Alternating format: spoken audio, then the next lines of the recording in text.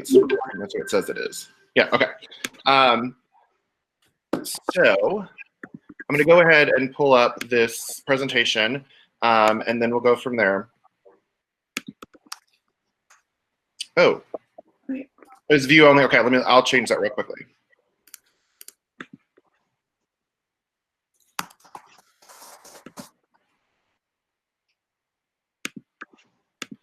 Okay.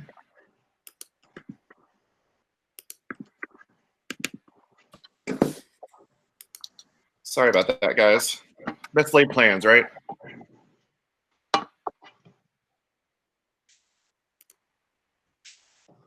And of course, it'll be slow for a second.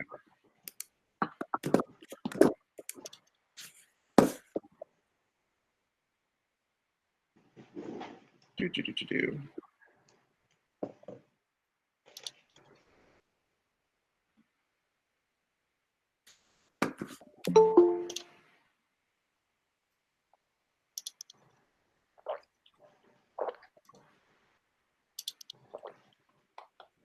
There we go. Not working, guys.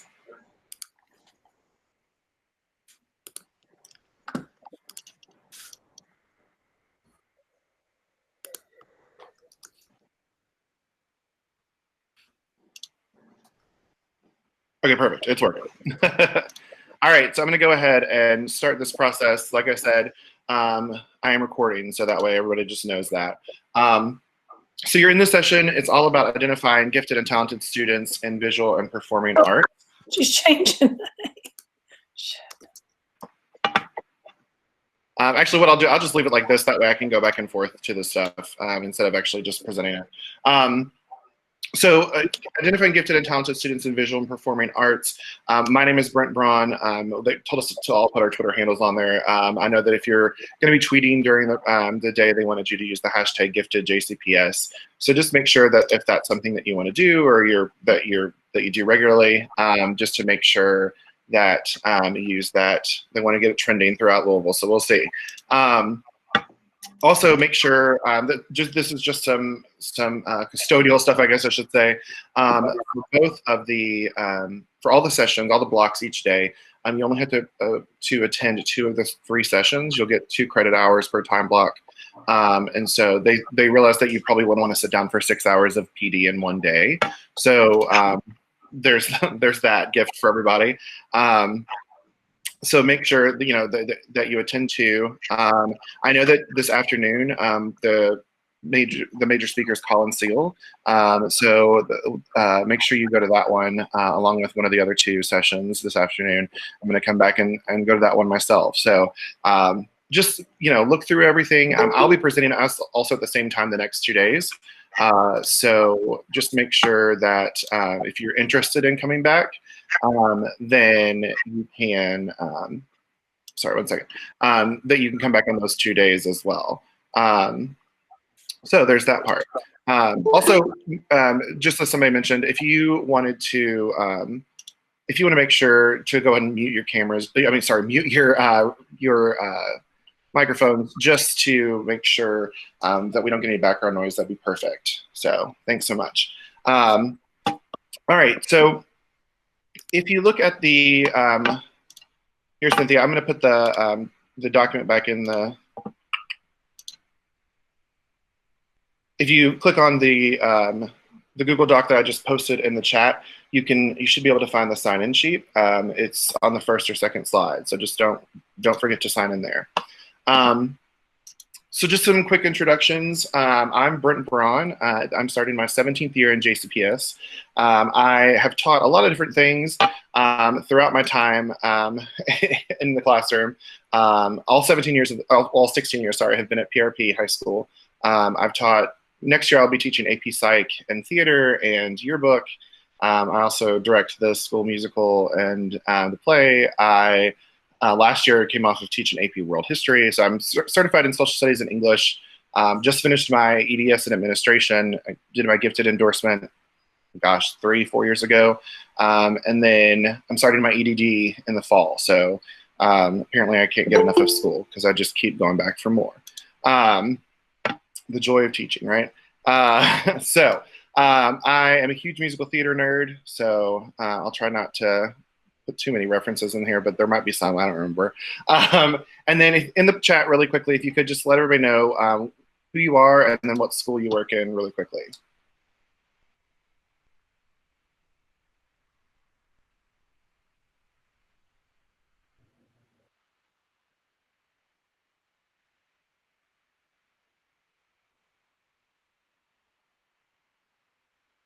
So at least know people.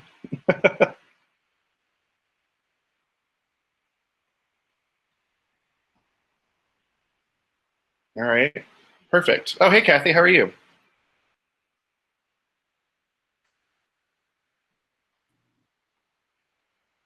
It's awesome to see all of you all.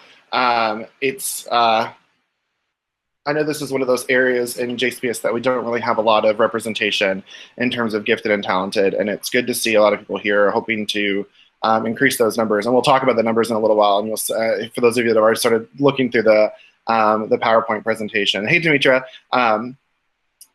for those of you that looked at that, you can see the numbers and see how different and how disparaging really they are in terms of the district and the rest of the numbers. So let's go and we'll just move on ahead. So these are some things that we're gonna look at today. We're gonna discuss the processes for identifying GT students. We're also going to how to work with teachers in the building to identify students. I've got a couple different resources that I want to make sure that you have access to by the end of the presentation. Everything in the PowerPoint should be accessed that you can also make a copy of. So if you open it up in your Google Drive and then you just make a copy of it, save it as a copy, then you'll have your own thing. So just make sure you do that so that way you don't change the original. I gave you all, I guess I may have to go back and change the editing thing. So somebody remind me to do that before we are done today, and I'll try to go back and do that. We also want to start planning for the future of visual and performing arts gifted identification. I know that that's obviously an area that we need to grow a lot in terms of how we're working on identifying our students. So start off really quickly with, and like it says, if you have questions, please put them in the chat. I obviously, with this many people in the meeting, it may be difficult for me to go back and forth. You may have to remind me at the end. I'll have some time for questions at the end. So if you have a question, you might want to copy and paste it from another document. That way, I don't lose it somewhere in the chat. So here, Teresa, I'll post the link one more time really quickly in there, and then that way you have it. So what does gifted mean? One of the major voices in gifted education is a man named Manzulli. So his argument here is gifted behavior occurs when there is an interaction among three basic clusters of human traits: above average, general and/or specific abilities, high levels of task commitment, motivation, and high levels of creativity. Gifted and talented children are those who possess or are capable of developing this composite of traits and applying them to any potentially valuable area of human performance. As noted in the school-wide enrichment model, gifted behaviors can be found, and I think this is the real pivotal part of it, in certain people, but not all people, at certain times, but not all the time, and then under certain circumstances, but not all circumstances. And I think that's something that really is important to note when you're looking at visual and performing arts giftedness. Our traditional idea of giftedness is, hey, this kid has really great test scores, or this kid is always on top of their work in a traditional classroom. But sometimes that doesn't appear in visual and performing arts students, especially for students who are disenfranchised by the traditional classroom. A lot of kids, that kid that you see in your room that always is tapping out a rhythm on their desk while they're doing something. They may not be the best student. They may just have that ability as well. But we want to, as teachers, I think a lot of times we want to meld all that stuff together, and not every gifted child is going to be the same in every single setting. And I think that's something important. That's something really important for us to grasp as we start identifying students in the future. The next thing that I wanted to point out is the slide, the next slide about Gagne's definition of gifted. And I think the one thing that I wanted to look at is the last sentence. I mean, obviously, you all can go back and look at the other stuff at some point. But these natural abilities, which he talks about, just skills and extrasensory perception and sensory motor stuff. These natural abilities, which have a clear genetic substratum, can be observed in every task children are confronted with in the course of their schooling. And I think the reason I want to point that out to you is that here, I'm going to stop presenting for a second because there's no point in me going back and forth. The reason I want to point that out to you is because when a student is gifted in visual and performing arts, the more that we can allow that to happen outside of a visual and performing arts classroom, the better off that student's going to be. And I think that's one of the areas in which we suffer a lot in the district. We see a kid that's gifted in music, or we see a kid that's gifted in theater, and we think, oh, the theater teacher or somebody down the road can handle that, or their church can handle that with music or whatever. We can handle that stuff, and we can offer those services in the classroom as well.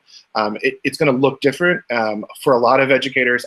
I came from teaching an AP classroom, and so when I went to start teaching theater, I had to sort of take off that concrete sequential, like I'm going to teach history. This happened, then this happened, then this happened. And I'm going to let things happen organically in my classroom.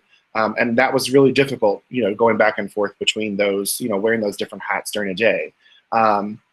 But the more we can allow sort of the messiness of the visual performing arts to happen in our own classrooms, the better off that those students are going to be in meeting the rest of their the needs that they have. So that's, I think, super important. If you look at the next slide, one of the things I want to do really quickly is if you click on the link, the Jamboard link, it'll open up another window, and it's just a little area for us to record some ideas. And really what I want you to focus on when you're in those things is the type of characteristics that you feel that we should be looking at when we look at gifted and talented and the performing arts. So it should come up. You can add a little post-it note onto the Jamboard, and this will actually save so that way we can all see it at some point. So just go ahead and type and leave your ideas there about what qualities that you think we're looking for when we look at visual and performing arts. And while you're doing that, I'm going to go do the attendance.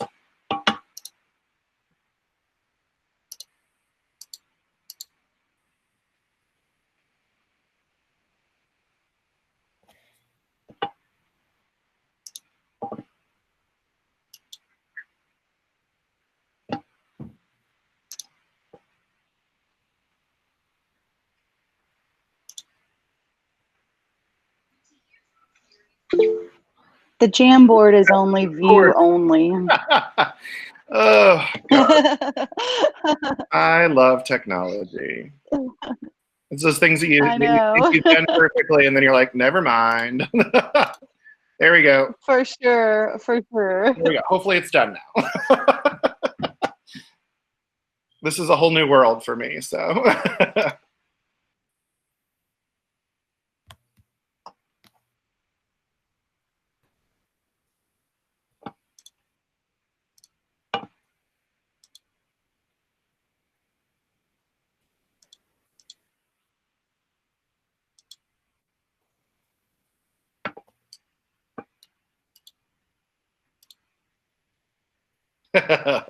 Yeah, there was a musical theater reference for you there.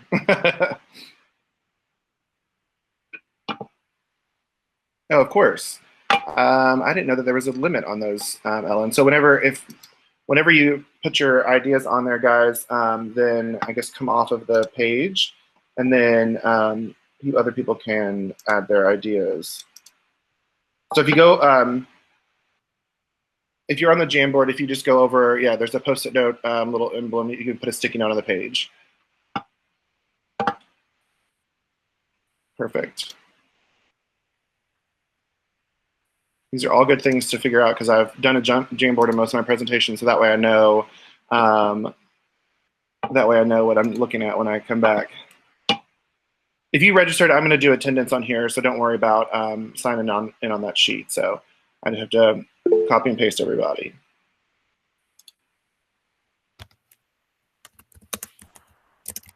You are not, Mariah. I just learned what a Jamboard was the other day in a presentation. So I'm trying it out, obviously, as you all can tell. I'm trying it out the same that you are. So it's pretty cool, though. It does allow for you to, thank you, Amy. It does allow for you to do some really cool stuff just in terms of letting people then comment and go back and forth on presentation stuff. Yeah, I totally agree. I think it's going to be something that, especially with 6 weeks of NTI coming up, I think it's going to be super perfect in terms of letting kids, especially those that may not be able to join class whenever whenever you are online or whatever, they can then respond and they can respond and come back and forth to letting other people see their work and stuff like that. And I think that's really cool. I think that's a really cool idea for everybody to use.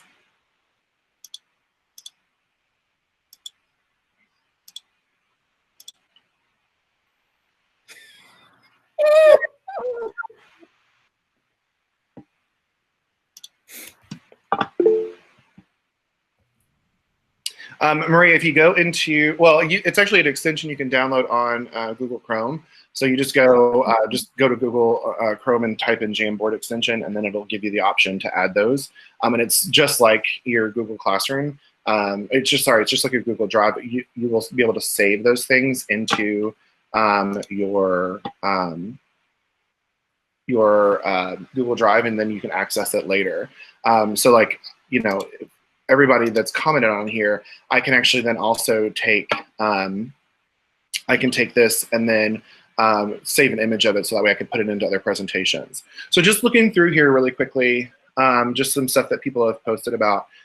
Interest in the subject, that's great. Unique skills for the age of child, and I think that's a couple people have mentioned that.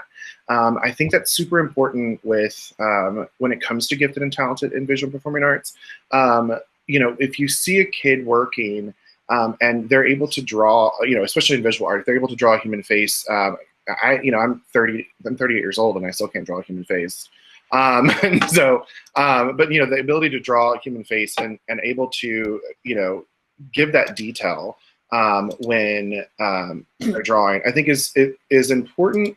That you see that work, and you can see that the differences that in their peers. And so really what you're doing is you're looking at what their age level peers are doing in comparison to what they're doing.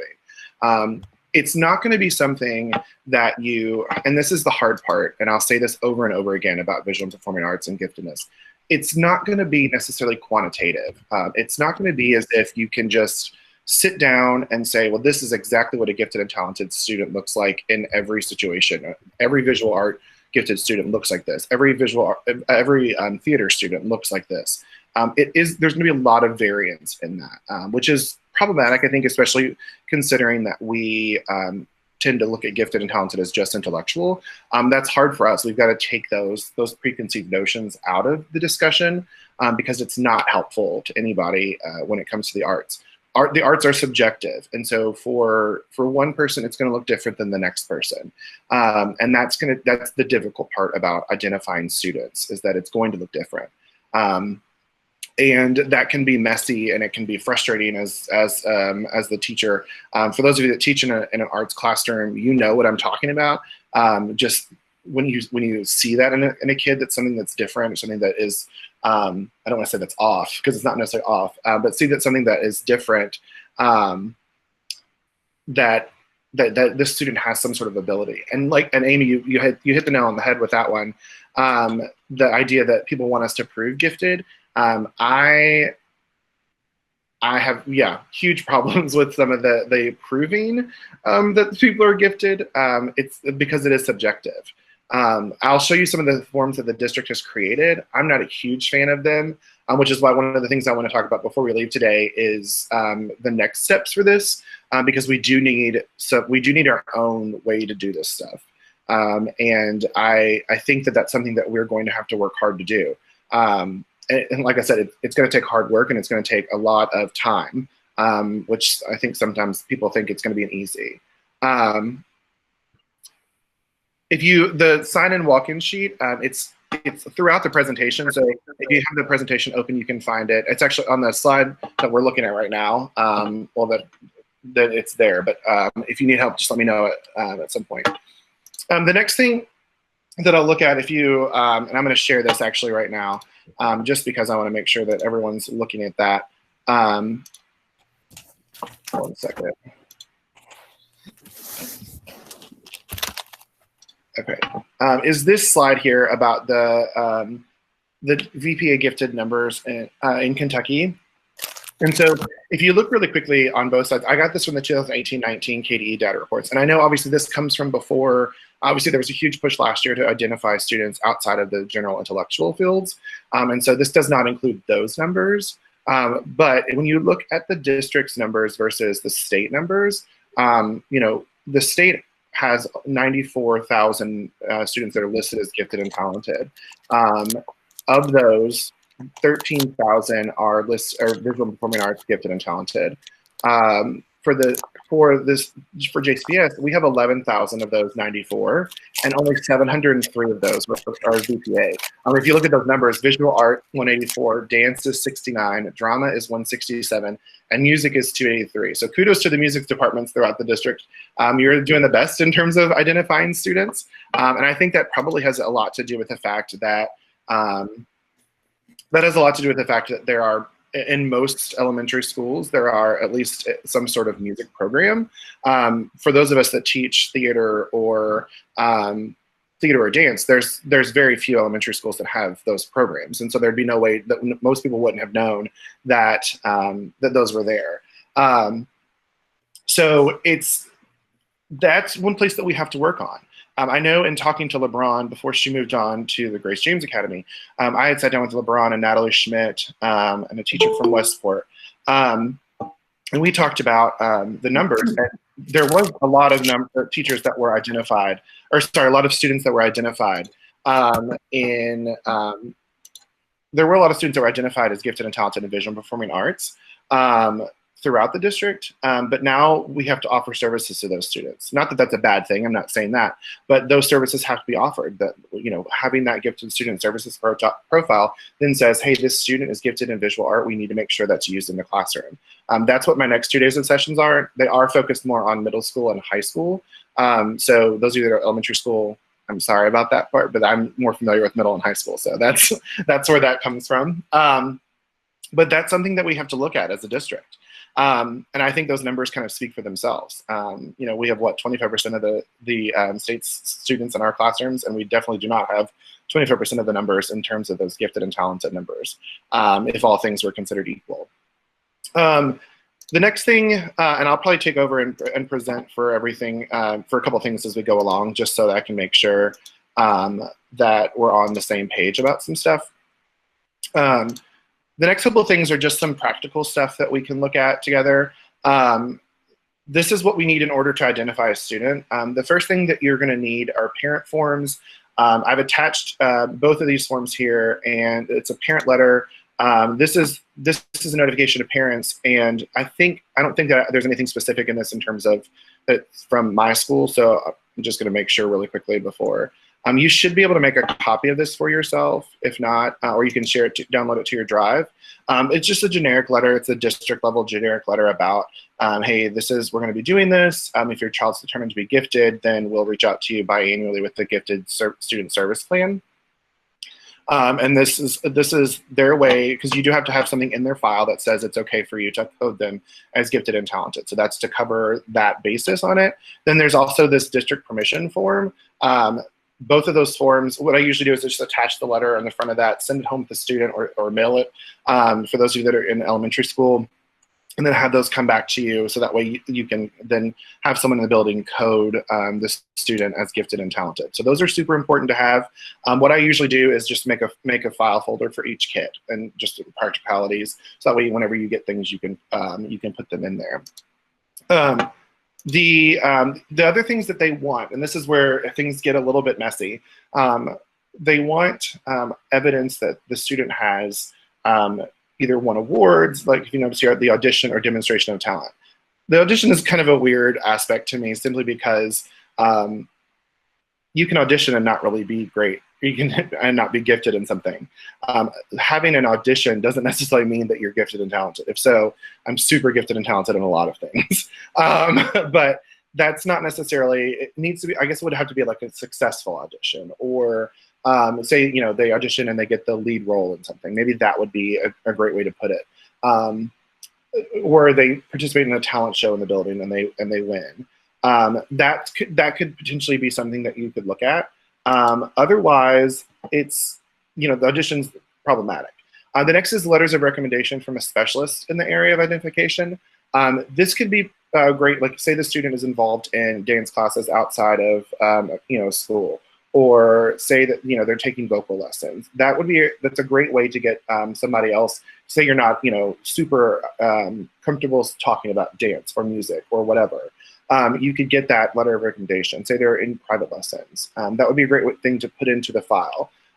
Awards for performances, demonstration, and area of identification. If they were, say they participate in the PTA, the PTSA competitions that they have every year, and they get, awarded something, or the Silver Keys, I think is what it is for the visual art people amongst us.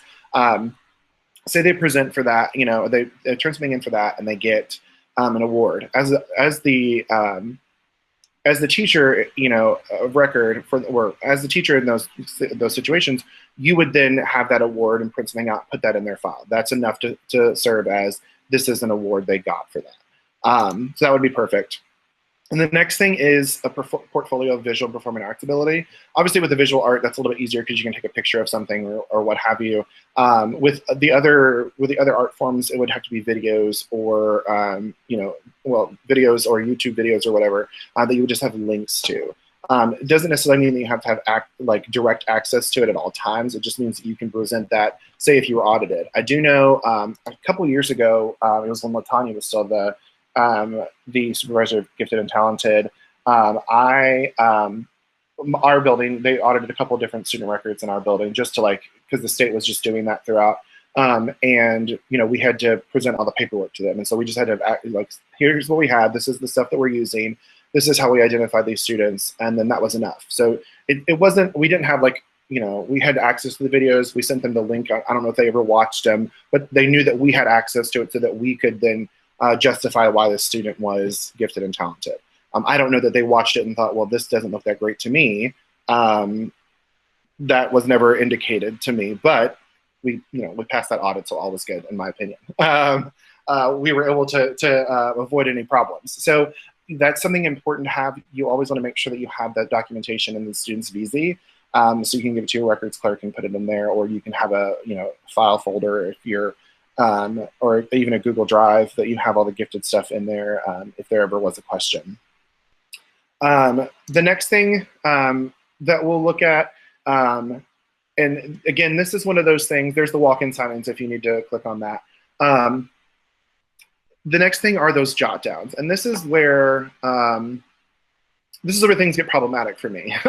These are the documents that the district created that I think they're well-intentioned. And I'm gonna stop presenting so that you all can look at those really quickly. I'm gonna give you about 5 minutes to look at those documents. And then we're gonna come back really quickly and talk about those. And you can sort of sound off in the chat about some things we need to think about. And I know that those of you that are in the music and visual art and dance and theater world, you probably have tons of things that you wanna sound off about those jot downs. But if you could really quickly, just pick one or two of them and look at those and see what are some things that you notice about those documents. So like I said, I'll give you about 5 minutes and you can look at those really quickly. Once you see something, go ahead and type about it in the chat room and we'll sort of sound off about those things.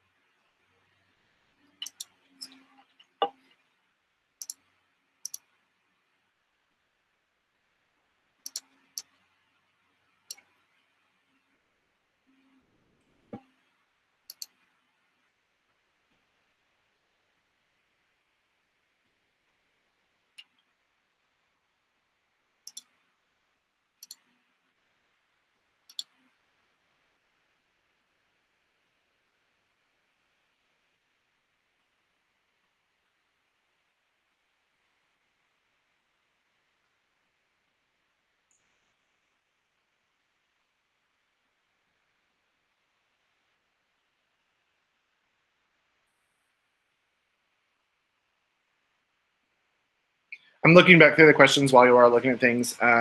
Deborah Amchin, it is awards. It's not certificates of participation.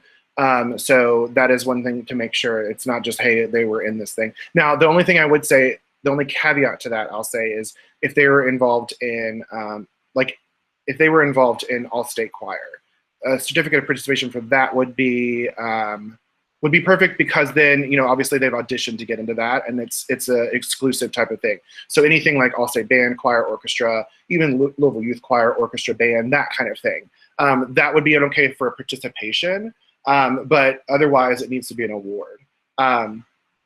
Yeah, so I'm noticing a couple of things that people are saying. And you're right, Amy, the backpack is a great place. Now that we have those, it's perfect for them to present evidence. That way, instead of us having to keep, the onus being on us to keep all that documentation, we can just reach out to the kid. The documents do appear, they're like a grading rubric, and I think that's some of the things that bother me about it, is that it's like a check off. You're checking things off, and I think that's problematic in terms of the arts. As it says, if you're looking at the PowerPoint or the Google slide, sorry, arts is the arts are subjective, and so what one person sees, and I was using this example the other day. Picasso probably wouldn't have, when you look at some of Picasso's works, he probably wouldn't have been considered gifted, because if we're looking at that he can the ability to draw something beyond their age level peers. If you're looking at pieces like Les Demoiselles d'Avignon, those figures aren't necessarily realistic, right? They're not at all. And so then you're like, well, that doesn't look like a real person. Well, that's great and all, but that's not what we're looking at in terms of visual art. Dance is so different across different time periods. Theater is so different across different time periods. And so to put the arts in a box like the jot downs do is problematic, especially for people that aren't trained. And I know that I saw somebody mention the question earlier, like, what are you supposed to do if we don't have specialists in our building? And that's a good question, and that's something we're going to talk about before we're done today.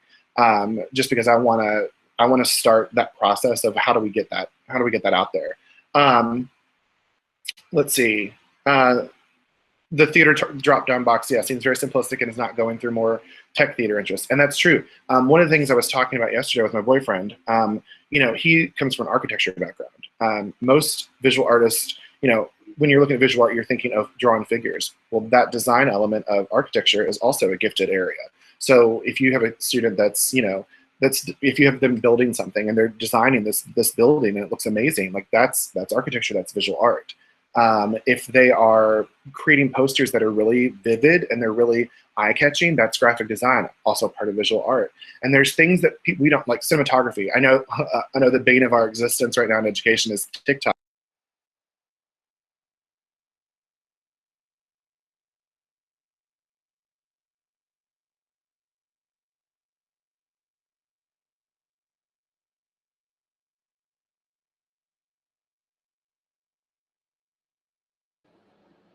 Did anyone else lose him? He's gone.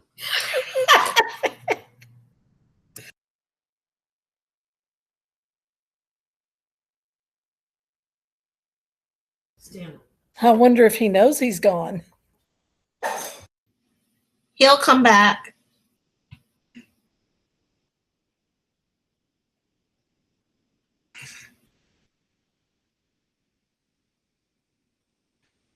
Does anybody know how to contact him? Oh, there he is.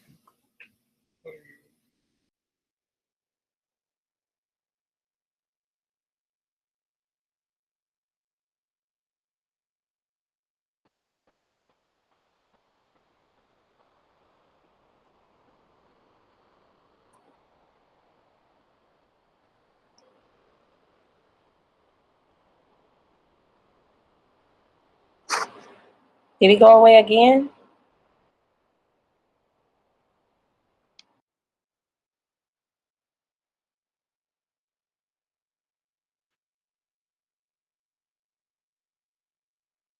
Okay, 1 second. Sorry. Oh Lord, that was fun. Yeah, that was super fun. Sorry about that, guys. We lost you at TikTok when you were talking about it. Yeah, I told you that was the bane of our existence. Um, so anyway, what I was saying was, you know, for those students, like, I know that TikTok is a super problematic thing in high school and middle school. I don't know about elementary school students, but I'm sure it probably is. But think about the cinematography and the way that happens for students, and think about that being also an area of giftedness. If you have a kid that's really great at like camera angles and creating those videos and making those dance videos, that's also an area of giftedness that can be something that we talk about within education. I know that's hard. That's hard to think about because we don't want to incorporate that into a classroom. But that's the messy part of visual and performing arts, is that you do have to get a little messy when you're working with it, and that's sort of the beauty of it. My concrete sequential side sometimes has a problem in it. I know, what a dramatic exit. I just sort of dropped the mic and left, didn't I? But that sort of left side of the brain where we allow that to happen. Good for you, Tiffany. It's a great way to do it. You know, I had kids that were trying to make TikToks, and sometimes it was bothersome, but then you just sort of have to give it up. You have to give up a little bit and say, let's do it. And it is a creative mess. Absolutely correct. Let me go back. I've lost my place now. If you look back at that PowerPoint, I included that piece of artwork there just because when I used to teach humanities. I'm actually the humanities department chair in my building. But when I taught humanities, this was always a piece, especially for my AP students. The piece is entitled 1 and 3 Chairs. It's by an artist named Joseph Kosuth, who was he was a part of this art movement called conceptualism. And conceptualism was all about breaking art down to its fundamentals, that everything is art. His argument in that piece, if you look at it, it's a picture of a chair, the actual chair, and then a definition of the word chair.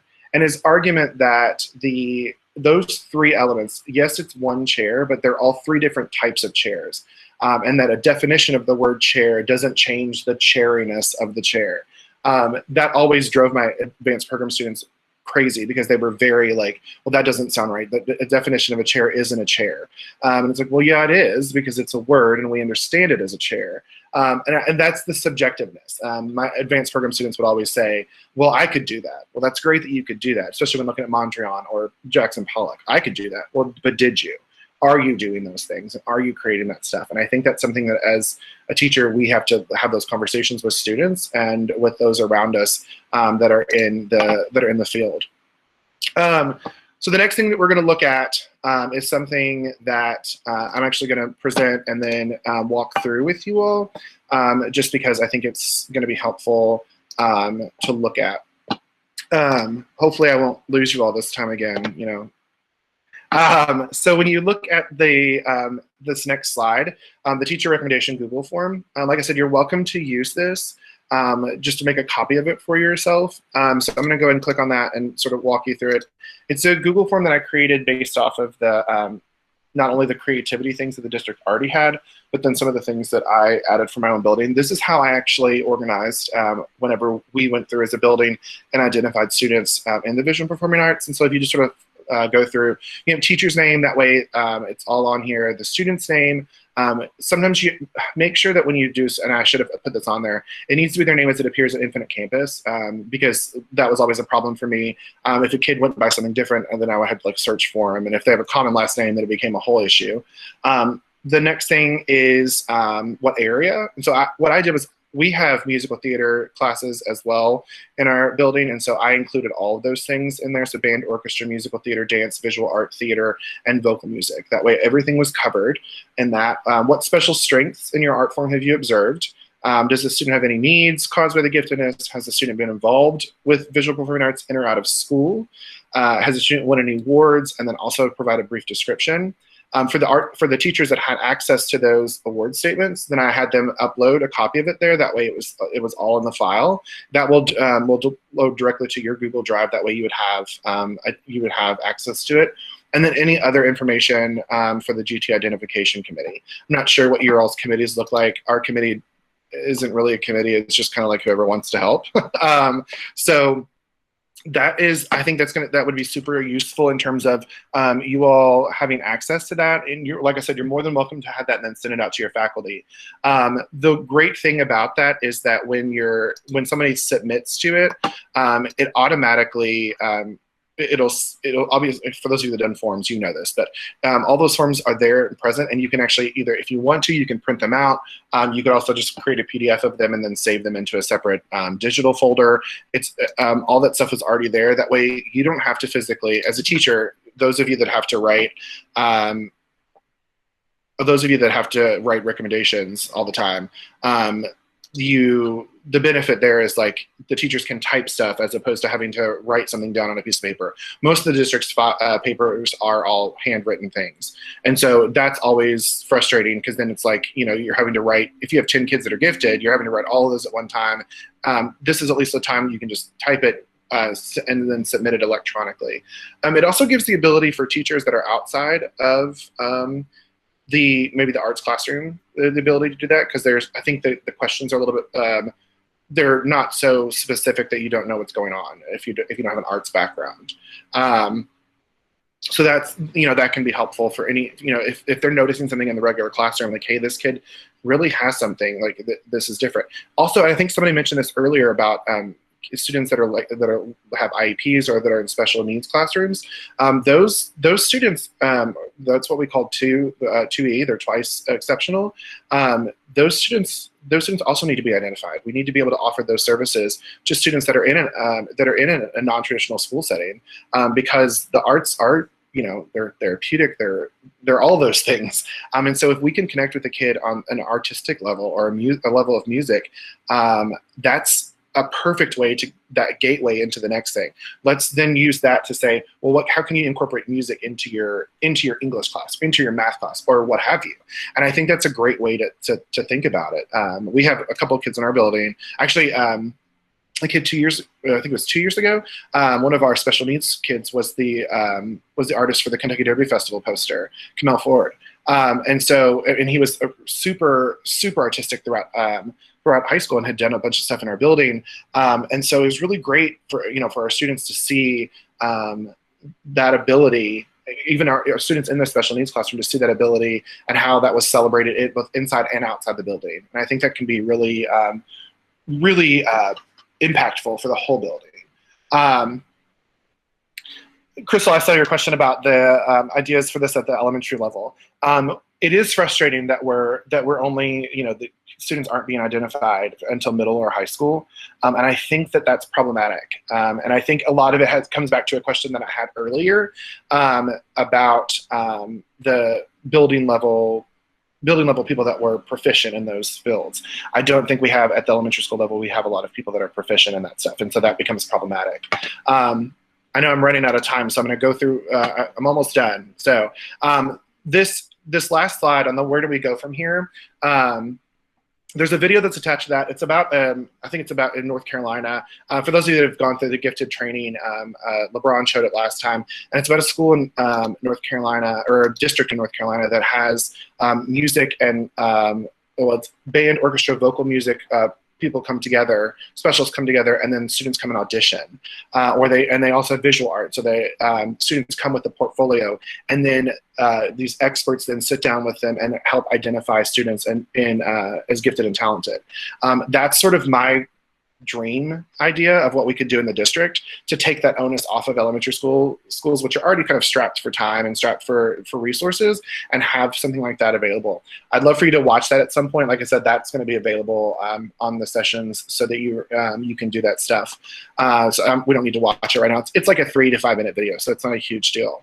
Also, the last thing on that slide is a Google form that I'd love for you all to fill out. It's for those of you that have an arts background that are interested in helping create policy for the Visual and Performing Arts Gifted and Talented program. Please fill that out. I had asked, I know that the new Gifted and Talented supervisor is just starting, and one of the things I wanted to do was really work together with people that were already established in the district and say, like, this is what we need, and this is how we can set up that stuff and really become a force to reckon with in terms of identifying students at all levels. one of the things that I envision for that, and this sort of goes back to some things we talked about, is a teacher exchange. Having teachers that are proficient at like theater and other buildings, maybe have somebody, we could get them covered for a day to go to elementary schools and just sort of watch things that are happening in the elementary schools and middle schools that don't have theater or dance programs, and that way we can start helping be a voice for that expertise in those buildings, because we have a lot of resources in the district. We just need to make sure that we're using them effectively, and I think that that's a teacher exchange would be perfect. That's obviously, there are logistics there, but I think we could make it work in the grand scheme of things. So that's one thing that I hope that you all sign up for that, and just submit that, and I'll get back to you about how things we're going to do. The last thing, like I said, Tuesday and Wednesday I'm presenting same time about service options. There's a survey connected at the end of, I think it's my 14th slide, just for you to do about the sessions. And then my email address is listed there. If you have any questions, please feel free to email me. I sort of work all summer, as all of you do probably, working all summer just to try to figure out what the heck's going on for next school year, whatever that looks like. So I'll be more than willing to answer that. At some point, whenever restrictions are lifted, we could all get together and sit down and have a cup of coffee and discuss what things are going on in the visual performing arts world around the district. I see a small faction of what goes on, so I'd love to hear what's going on in the rest of the district in terms of offering those services. And then the last slide on there is just a reminder about the other presentations that are going to be going on today, and to make sure that you all are all set up and ready to go for the rest of the day. So I think that is all. Oh, sorry. Yeah. I forgot. I think that was one of the things I forgot. Thanks, Terry. Terry asked the question about what is the recommendation on the number of pieces of evidence. The magic number is 3. They want 3 things in their file. So it could be, and the teacher recommendation counts as one of those 3 things. So it could be an award, a recommendation, and you could actually probably even have 2 recommendations. So say it was from somebody outside the building and then somebody within the building. Like I said, those things are all kind of subjective. The one thing that the district does allow, those visual art, the jot downs that I gave you access to, they can be included. Like I said, they're problematic in a lot of ways, but it's I think it's kind of perfect if you if you have limited access to programs. The sign-in link is actually in the Google presentation, so you just go and find the walk-in sign-in, and then go from there. So yeah, anybody have any questions? Anything else that you can think of that you would you'd like me to answer before we are done today? One second. Oh, it's good to see you too, Demetra. Oh, no problem, no problem. Like I said, if you ever need anything, guys, just reach out to me. Let me know. I'm definitely not the expert, but I can find someone that maybe will be. So, all right, guys. So get ready for your next session. Go get another cup of coffee. Whatever you have to do. Grab a glass of wine. It's not too early, is it? It's got to be. It's 4 o'clock somewhere, right? All right, guys. It's good to see you all. Have a great rest of the summer.